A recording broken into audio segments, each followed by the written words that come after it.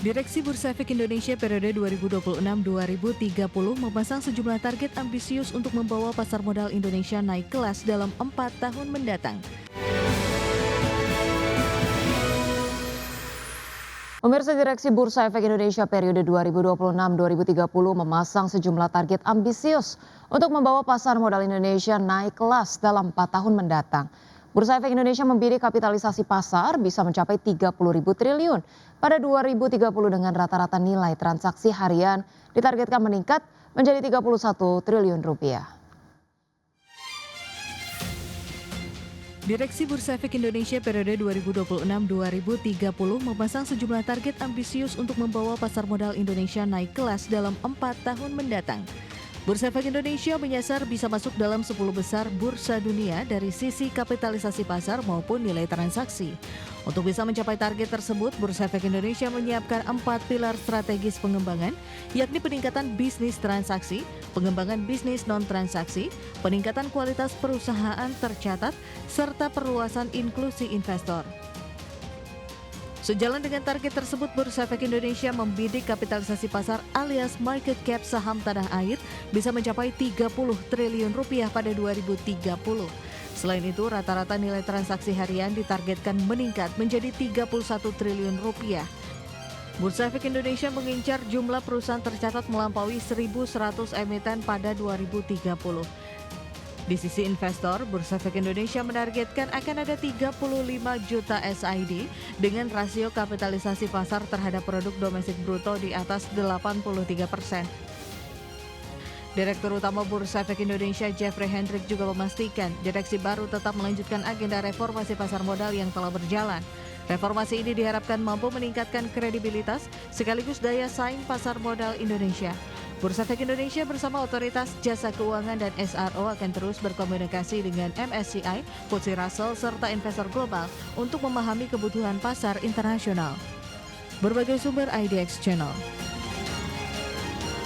Pemirsa, harga minyak mentah ditutup naik lebih dari 1% di awal pekan setelah serangan oleh Amerika Serikat dan Iran menggarisbawahi kerapuhan kesepakatan perdamaian sementara. Di sisi lain, harapan akan pemulihan berkelanjutan dalam pengiriman energi melalui Selat Hormuz membatasi kenaikan. Harga minyak mentah jenis Brent untuk kontrak pengiriman Agustus 2026 ditutup naik 1,61% ke level $73,15 per barrel. Sedangkan harga minyak mentah jenis West Texas Intermediate untuk kontrak pengiriman Agustus 2026 ditutup menguat 2,2% ke posisi $70,75 per barrel. Sentimen bagi harga minyak datang setelah tim teknis Iran dan Amerika Serikat yang bekerja untuk implementasi kesepakatan perdamaian sementara diperkirakan akan bertemu di Doha dalam beberapa hari mendatang. Setelah sebelumnya serangan balasan pada akhir pekan mengancam akan menggagalkan kesepakatan tersebut.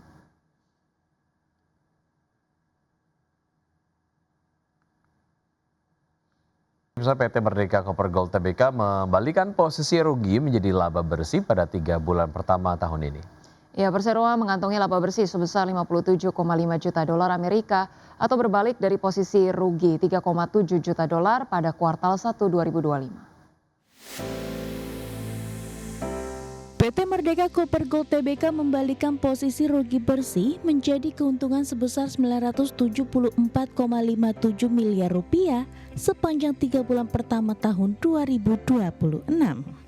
Berdasarkan laporan keuangan per 31 Maret 2026, emiten tambang grup Saratoga ini mengantongi laba bersih yang dapat diatribusikan kepada pemilik entitas induk sebesar 57,5 juta US dollar atau berbalik dari posisi rugi 3,7 juta US dollar pada kuartal 1 2025 atau setara dengan 61,67 miliar rupiah.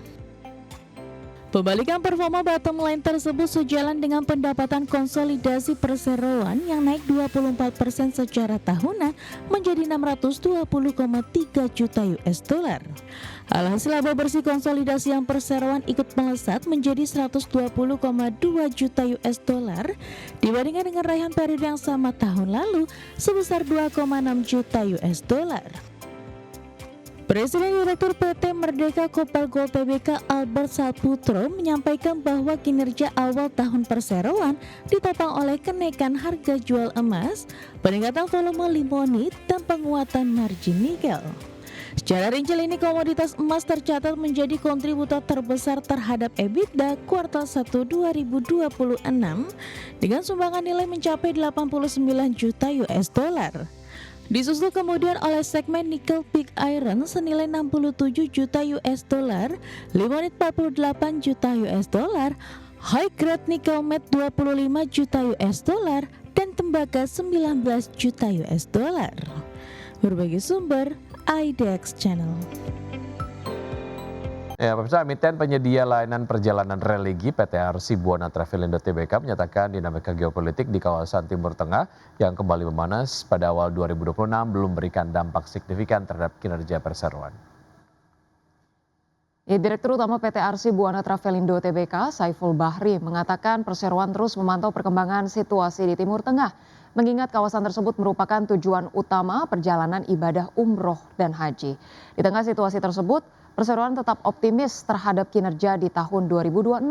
Optimisme tersebut tercermin dari kinerja operasional yang masih terjaga pada awal tahun. Sepanjang kuartal 1 2026, perseroan membukukan pendapatan sebesar 287,64 miliar rupiah, turun 11,5% dibandingkan periode yang sama di tahun lalu. Meski pendapatan mengalami penurunan, perseroan mampu meningkatkan profitabilitas melalui efisiensi operasional, di mana laba kotor melonjak 55% menjadi 63,8 miliar rupiah.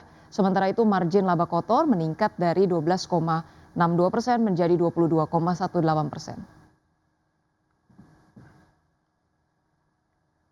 Pemirsa, PT Chandra Asri Pasifik Tbk atau TPIA berhasil menuntaskan program obligasi berkelanjutan kelima dengan total penerbitan 6 triliun rupiah. Ya, pada tahap terakhir obligasi senilai 2,25 triliun rupiah mengalami oversubscribe, menunjukkan tingginya kepercayaan investor terhadap kinerja dan prospek perseroan. PT Chandra Asri Pasifik Tbk berhasil menuntaskan program obligasi berkelanjutan kelima dengan total penerbitan 6 triliun rupiah.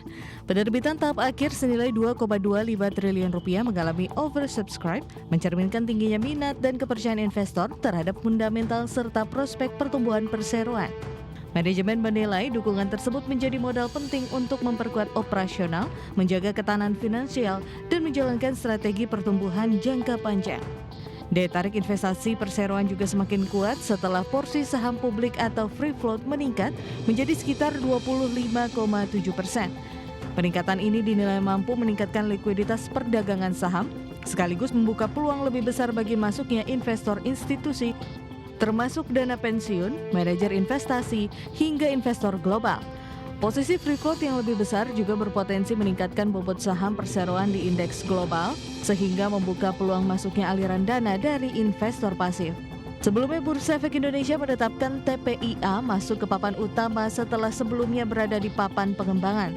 Perseroan menyebut pencapaian ini mencerminkan komitmen dalam memperkuat fundamental bisnis, meningkatkan tata kelola perusahaan, dan menjaga pertumbuhan berkelanjutan.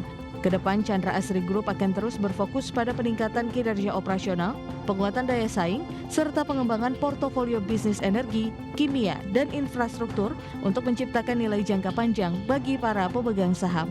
Berbagai sumber IDX Channel.